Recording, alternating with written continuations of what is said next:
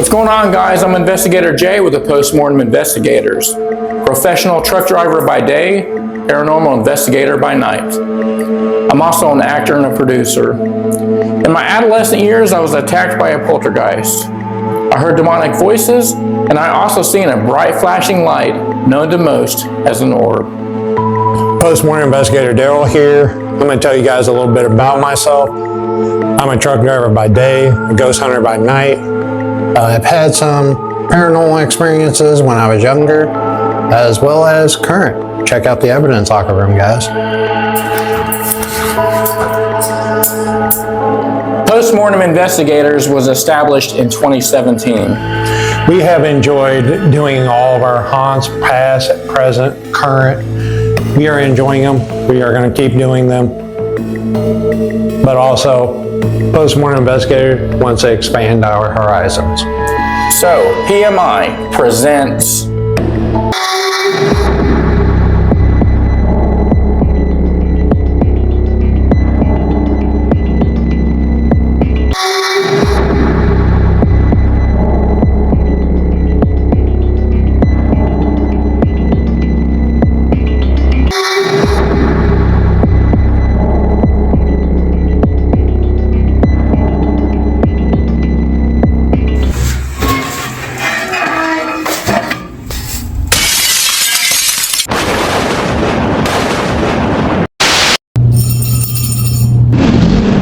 Welcome to The Haunted and the Unexplained, where we discuss, review, and explore the possibilities of haunted locations from all over the world. Yo, what's going on, everyone? It's Investigator Jay. Investigator Daryl. As you know, we're the Post-Mortem Investigators. Welcome to the pilot. This is Chapter 1 of The Haunted and Unexplained. Sit back, relax, grab some popcorn, and follow us as we take flight, traveling around the world, seeking proof of afterlife. Ready to take flight, Daryl? Yep. Where are we going, Investigator Jay? We're taking flight to the Akigahara Forest located in Japan.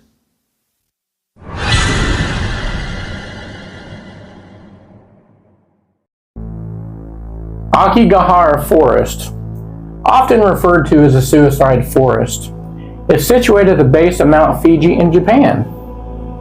Known for its dense trees and thick moss, it is sometimes called the Sea of Trees, stretching around 14 miles. The forest was formed around 1,000 years ago. Tragically, it's believed that up to 100 bodies are recovered from the forest each year, often due to suicides by hangings or overdose. Suicide rates are known to rise during Japan's fiscal year, which has led local officials to stop publicly disclosing the number of deaths in an attempt to reduce the forest association with suicide. To further help, a sign at the forest entrance urges visitors contemplating suicide to seek assistance and reconsider their decision. Since the 1970s, annual body searches have been conducted by police, volunteers, and journalists.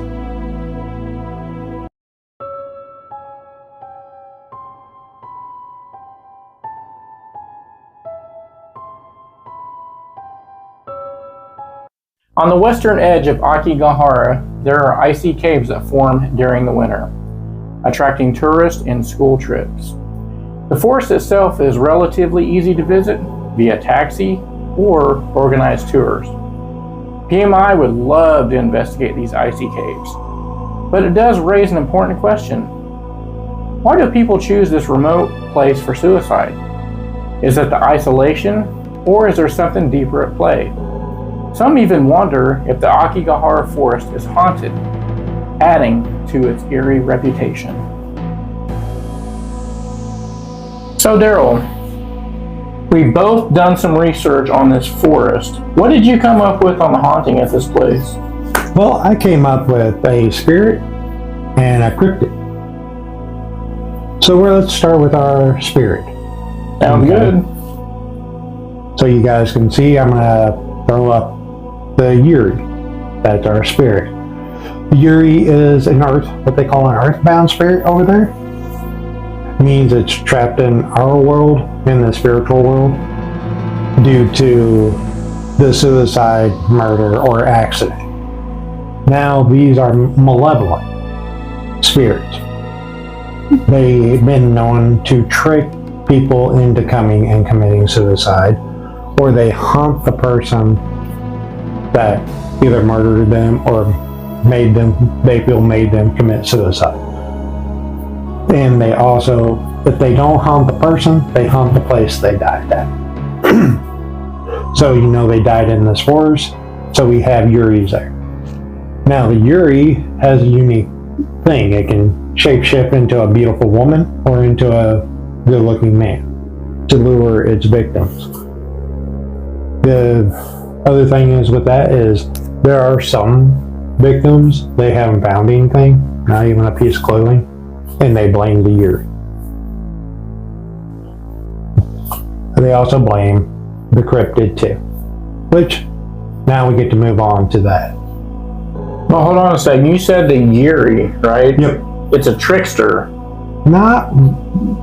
It's a malevolent spirit. It's not really it's a form of a trickster, but they don't consider it a trickster. They consider it literally a malevolent, earthbound, and it's usually tied to the place or a person, where their tricksters are, they can move. They're not bound to one spot or one person trying to gain vengeance, because they're vengeful, malevolent spirits. Where a trickster is able to move around in their culture, religions, and all that.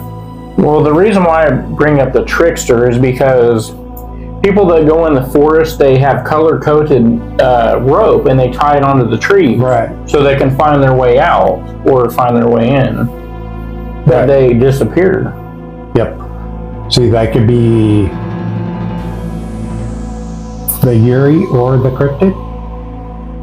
The Yuri usually doesn't mess with those that often, unless it's tricked them into going pretty deep, and then it may mess with them. So with that being said, we move on to our cryptid, which is the Japanese version of Bigfoot. And what is that? It's called the Hebigon. The Hebigon. Yep. Okay. The Hebigon. Yep. He is their Bigfoot. They have, in 1970, they have die-cast footprints, and there's a photo of what we would call Boy Scouts. I didn't look up what they would call Boy Scouts because I'm already having a hard time pronouncing Yuri and Hebigon, and I'm not sure if I pronounced those correctly, but I'm not fluent in their language. So I'm not sure what they call their Boy Scouts, but I'm going to call it what we recognize it as Boy Scouts. The Boy Scouts took die-cast of these footprints, and then there was a photo taken. Now, with that being said, their Bigfoot is not like our Bigfoot. What do you mean? He's 5'7". 5'7"? Yeah. Wow, that's pretty short for a Bigfoot. Yeah. That more or less sounds like a little foot. Yeah. Like I said, but you have to give average height areas. Their average height is a lot.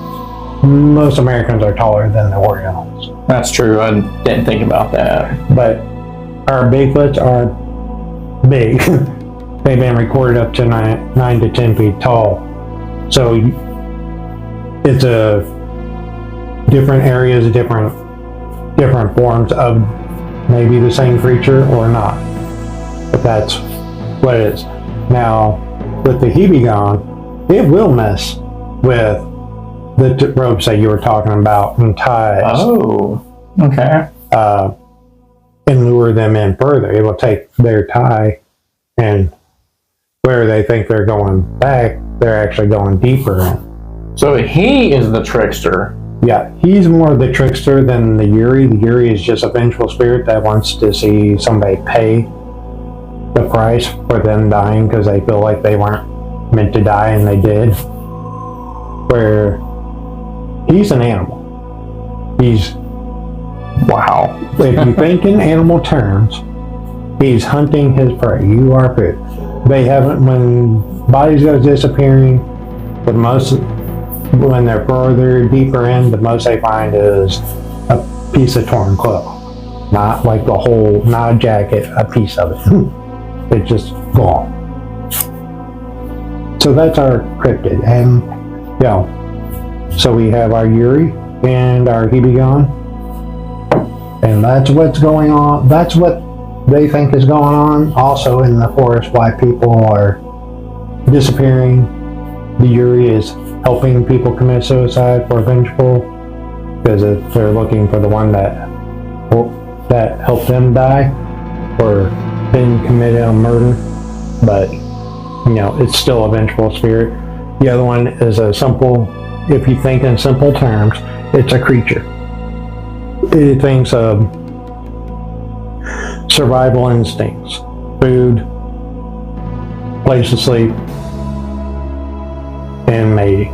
I mean, that is the very basics of every creature known to man, even humans. Okay, so there they are.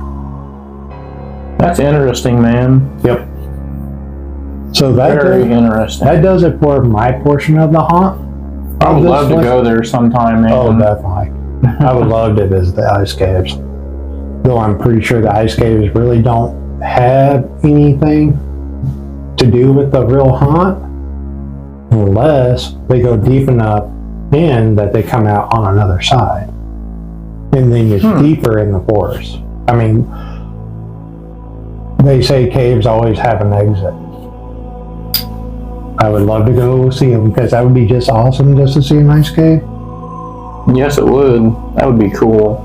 But other than that, that's pretty much it for this haunt. That's cool, man. Good job on the research. That's really cool. Hopefully in the future we'll be able to get some commentary. I'll maybe get some interviews done in the future. But with this being a pilot, I don't know who to reach out to yet. But we'll get there eventually. Yep, we'll figure it all out.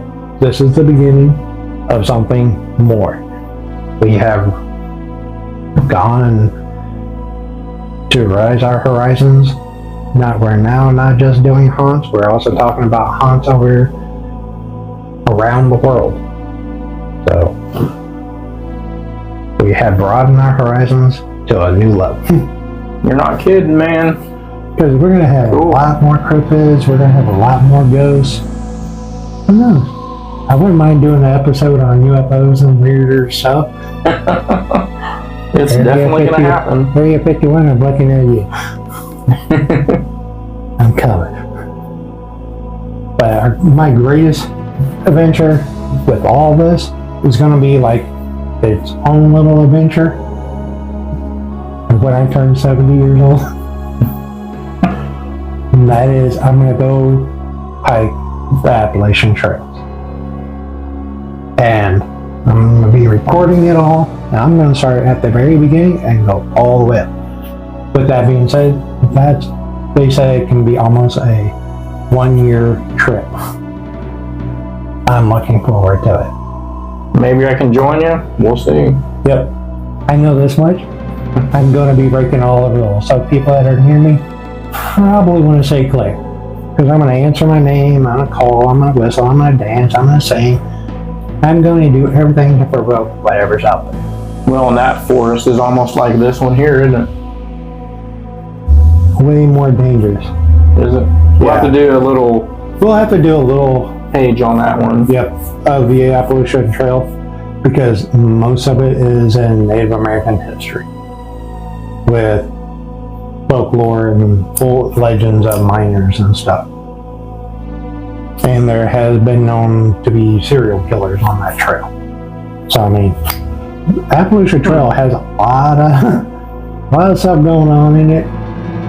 I'm looking to find the paranormal part, and if I find the other part, well, it is what it is. We'll see how that works out. Cool.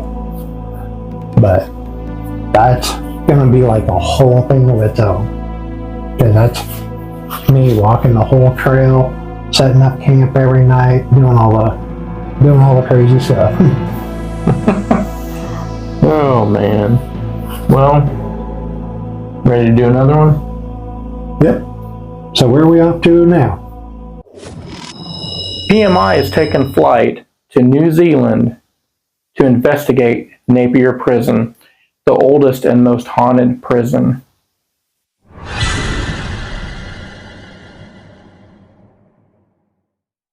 Napier Prison, located in New Zealand, is the country's oldest and most haunted correctional facility.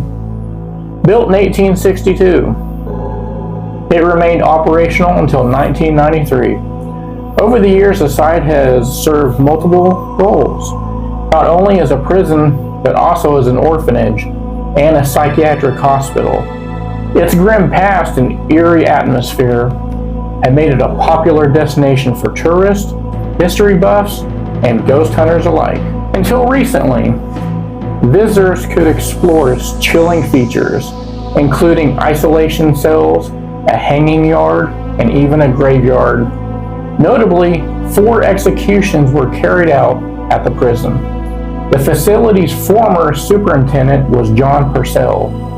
As of 2024, the prison has been closed to the public due to health and safety concerns.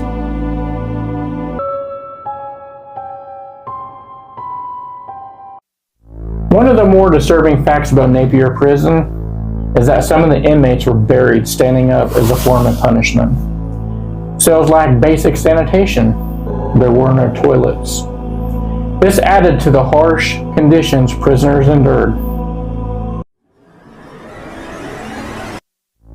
The prison is steeped in stories of paranormal activity. Visitors and staff have reported unexplained footsteps, ghostly apparitions, and doors mysteriously opening and closing on their own. One of the most infamous spirits said to linger is that of Roland Edwards, a 34-year-old mass murderer.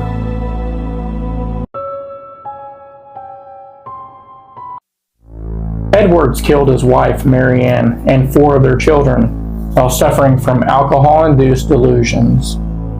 Believing the local community was plotting against him and his family, he bludgeoned them with a piece of wood and slit their throats.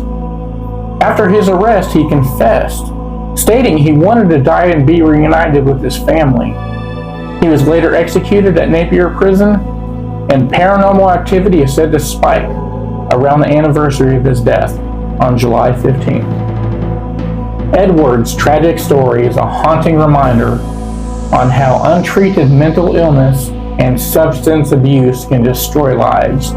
The dark history of Napier Prison continues to captivate and chill those who dare to learn about it. PMI is the one that dared to investigate this. We sure did. Yep.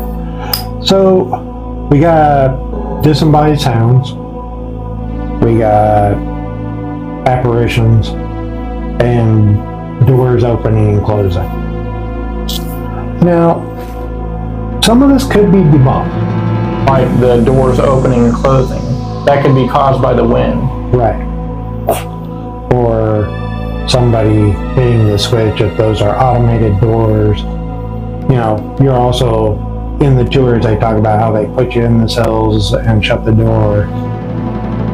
So when I was thinking about it, you got I'll start with the disembodied sounds and doors slamming. Like you said, the wind. You're supposed to be on these tours with your group by yourself, but what if another tour has showed up? You know, they weren't supposed to, but they came early for whatever reason. Their voices carry up to your voice where you guys are.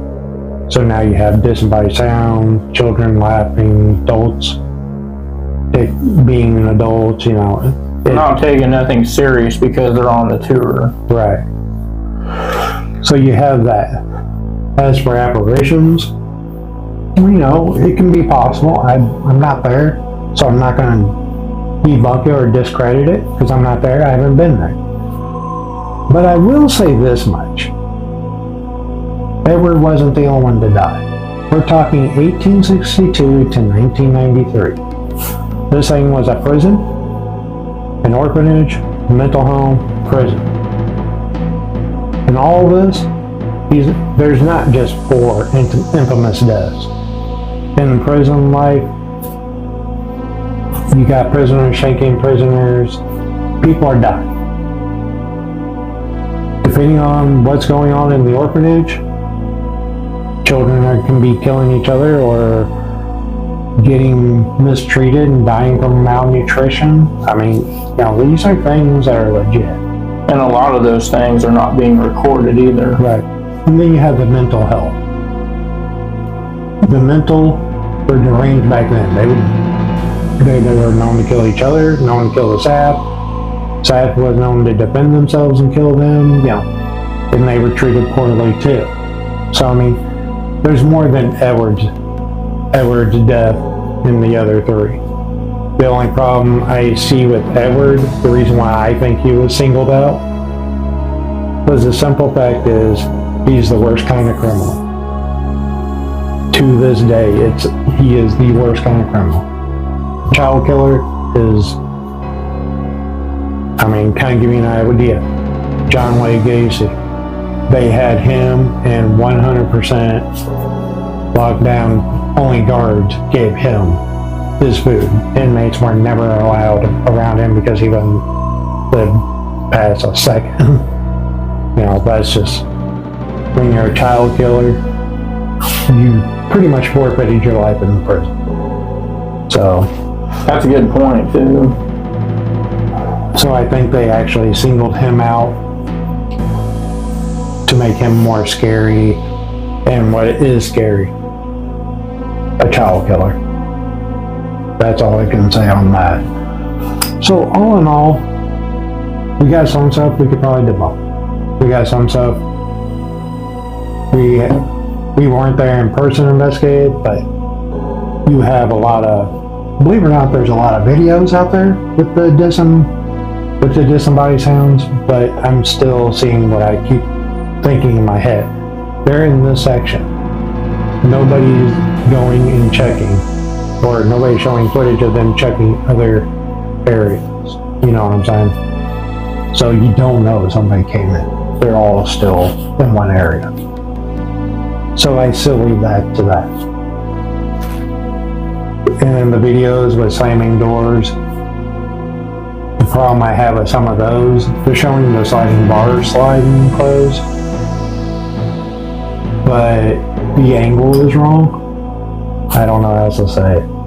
Well, like you're saying, it is a prison though, and they do got switches, that's going to make the doors automatically close. Yeah, if they update. If not, like some of the videos are kind of like at an angle, and the doors are sliding closed.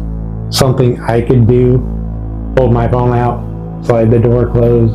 No, I see what you're saying. They're not getting the full footage. Right. They're showing it or something. Yeah, they're just showing how the door is opening and closing. No, you're really not. You're showing a door open and closing, yes. Step back and see if it will actually open and close. That's all I'm saying. Now, for some of the videos I've seen with the apparitions, some questionable, some not. That's all I can say. Some of it looks kind of fake, some of it looks kind of real. So, little toss up there. But there's stuff out there. Okay, so that'll wrap that up for my part of the haunt, of what I've discovered and what I've looked into. Cool, man. Yep. Very cool. I wish we was there in person though. Yeah, we would have I would want that to be like a 3-day trip, just because, and I would be running out and buying more cameras and everything, because I would want cameras on every floor.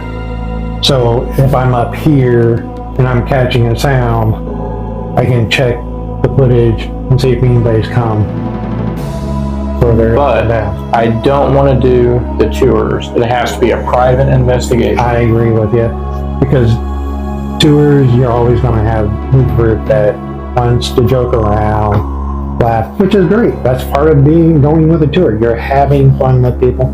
Nothing wrong with that. Totally for it.